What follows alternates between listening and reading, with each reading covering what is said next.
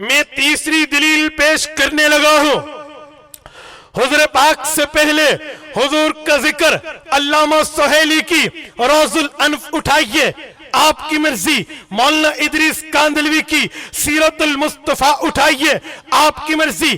انہوں نے لکھا ہے اہم خیر ام قوم تبین، اس آیت کے تحت قوم تبہ کا بادشاہ شاہ تبہ یمن کا بادشاہ جب اپنے ساتھ علماء کی جماعت لے کر یثرب سے گزرا، یثرب مدینے کا پرانا نام، سورت نمبر 33 سورت احزاب رکوع نمبر 2 میں ہے، یا اہل یثرب لا مقام لکم، یثرب سے گزرا، اس جگہ رات قیام کیا، صبح کوچ کرنے کا حکم دیا۔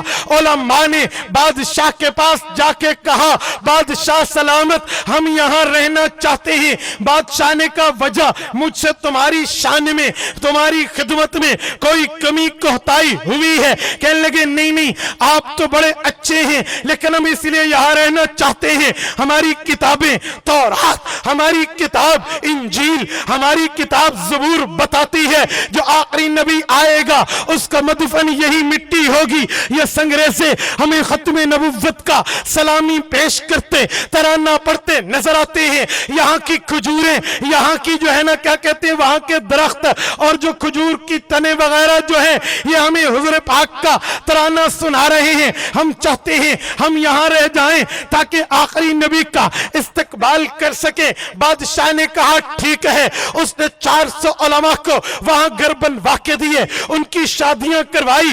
اس وقت کے بادشاہ علماء کے قدر دان ہوتے تھے، علم دوست ہوتے تھے، علماء سے پیار کرتے تھے۔ وہاں اس نے زمینیں بنوا کے دی، ایک بالا خانہ بھی تعمیر کرایا، بالا خانے کا معنی ڈبل سٹوری بلڈنگ وہاں بنوائی، اور کہا جس نبی کے لیے تم مجھ جیسے انصاف پسند بادشاہ کو چھوڑ کے اس کے استقبال و سواگت کے لیے یہاں رہ رہے ہو، یہ اس کے لیے میں نے ڈبل سٹوری بلڈنگ بنوا دی ہے۔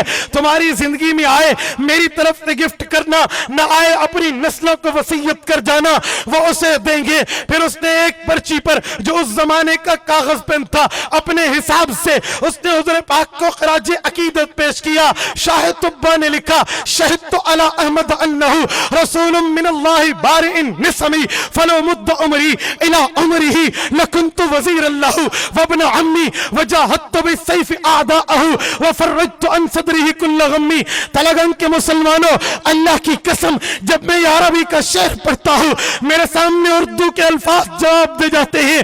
میں شاہ طبہ کے جذبات کو، اس کی عقیدت کو اس اردو کے ٹوٹے پھوٹے الفاظ میں کیسے ترجمانی اور بیان کر پاؤں۔ شاہ طبہ لکھتا ہے شہد تو حلف تو نہیں کہا، زبان سے کل تو نہیں کہا، شہد تو کہا، میں اپنے دل سے گواہی دیتا ہوں رسول من اللہ بارئ نسمی، جس خدا نے کائنات کو بغیر نقشے کے پیدا کیا۔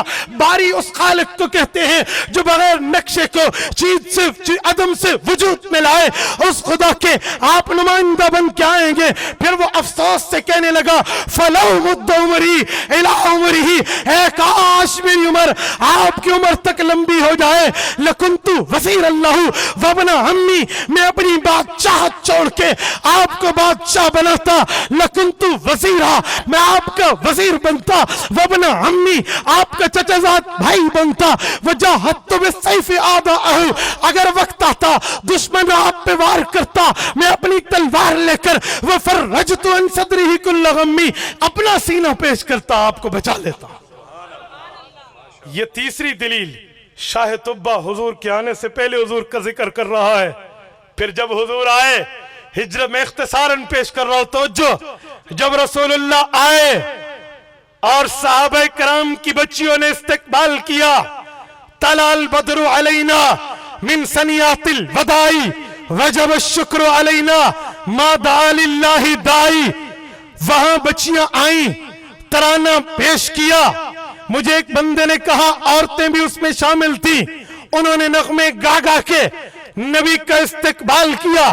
آج ہماری خواتین بھی نغمے گا کے نبی کا استقبال کریں۔ تم فتوے لگاتے ہو، میں نے کہا دو باتیں، پہلی بات انہوں نے ایک ہی بار استقبال کیا تھا کیونکہ ان کا عقیدہ تھا سونے نے ایک بار یہاں آنا ہے پھر آ کر چلے جانا ہے، تیرا تو عقیدہ ہے ہر وقت ہے، استقبال کیسا؟ اور ایک بات مزید، وہاں عورتیں آئی تھی، خواتین آئی تھی، تو دلیل کی دنیا میں کہتا ہے آج عورت یوں پڑھ لے۔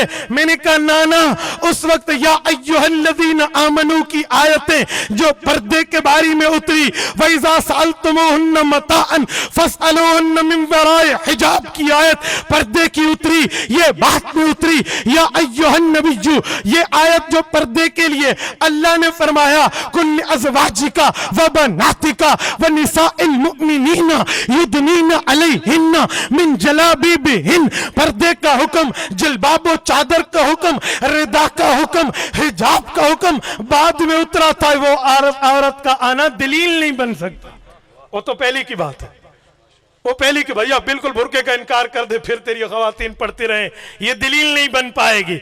جب بچیوں نے یوں پڑھا اور صحابہ نے استقبال کے لیے اپنے دروں کو کھولا، یا رسول اللہ میرا گھر حاضر، میرا مکان حاضر، میری بیٹھک حاضر، میری زمین حاضر، حضور اونٹنی کی مہار چھوڑ دے رہے ہیں، فرما رہے ہیں میرے صحابہ دعوها فإنها مأمورة، اس اونٹنی کو چھوڑ دو، خلی سبیلها، اس کے راستے سے ہٹ جاؤ، یا اللہ کے حکم کی پابند ہے، جہاں اللہ فرمائیں گے وہاں بیٹھ جائے گی۔